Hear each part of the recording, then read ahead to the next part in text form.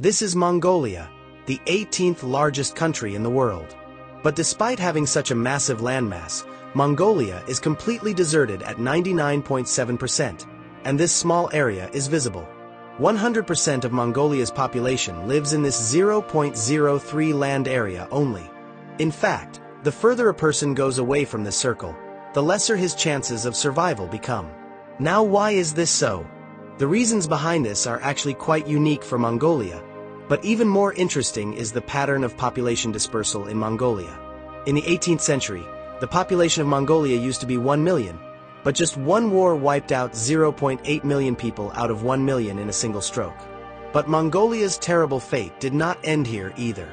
After this, Buddhism was born in Mongolia, and Buddhism started spreading, and due to this one religion, the population of Mongolia completely disappeared.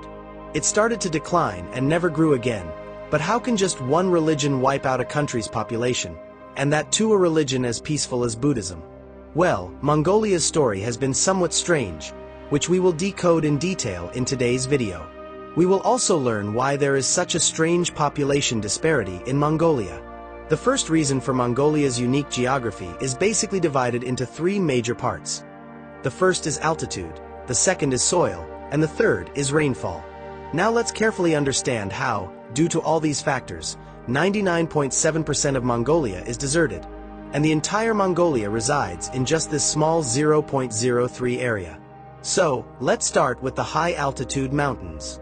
If you look carefully at this map, Mongolia is located between Russia and China, towards the Earth's North Pole. Here, by default, it becomes part of a polar region, due to which the atmospheric temperature of this country is mostly in minus.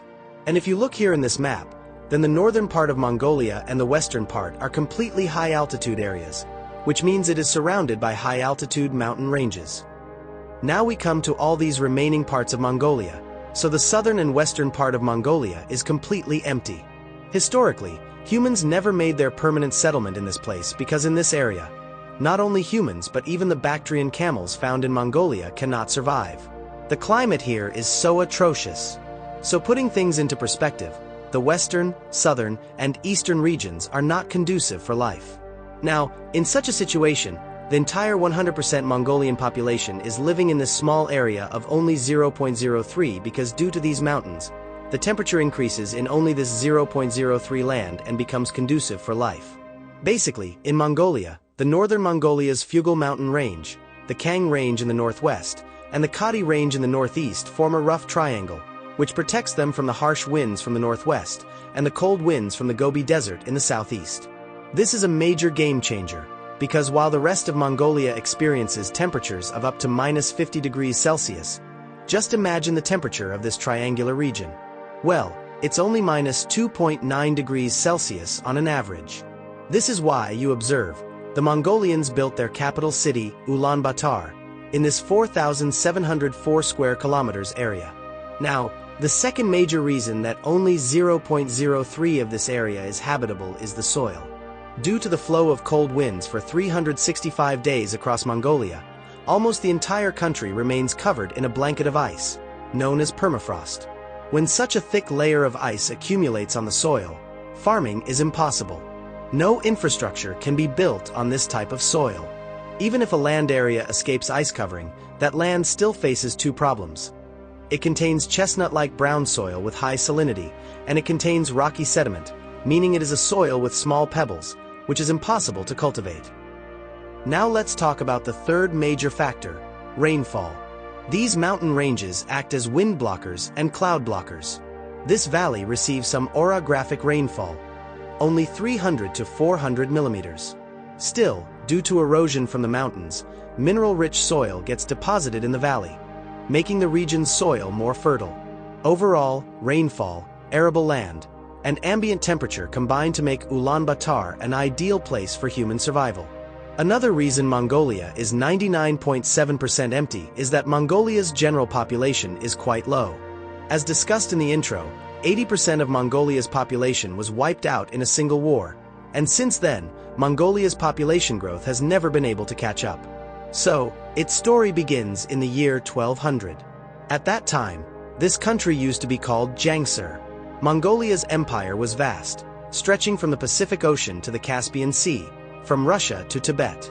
After Genghis Khan's death, his descendants divided this entire area into various khanates, from which the Junggar dynasty began to rule the region that is present-day Mongolia. During this period, because ordinary Mongolians in Junggar had witnessed so much war, they simply desired peace. Buddhism slowly spread from India to Central Asia and reached Mongolia in 1271. Mongolians began to embrace Buddhism, bringing peace, but not for long. In 1687, the Qing dynasty entered the story. They wanted revenge because Genghis Khan had once occupied their land.